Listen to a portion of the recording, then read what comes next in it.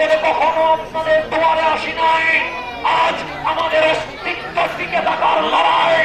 এইবার এই ৮ আসনে অবশ্যই সুন্নিয়তের বিজয় আনতেই হবে ইনশাআল্লাহ।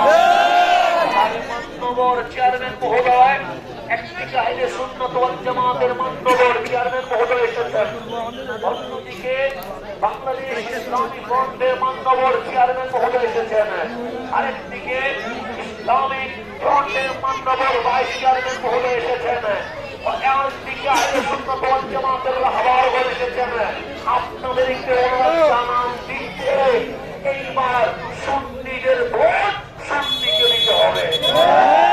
সুন্নির ভোট আর কেন আজ এই নিয়ে মাথার ভাঙবে, এই যে মিলাদুন নবীর চিন্তা করবে, এই সুযোগ আর দেওয়া যাবে না ইনশাআল্লাহ।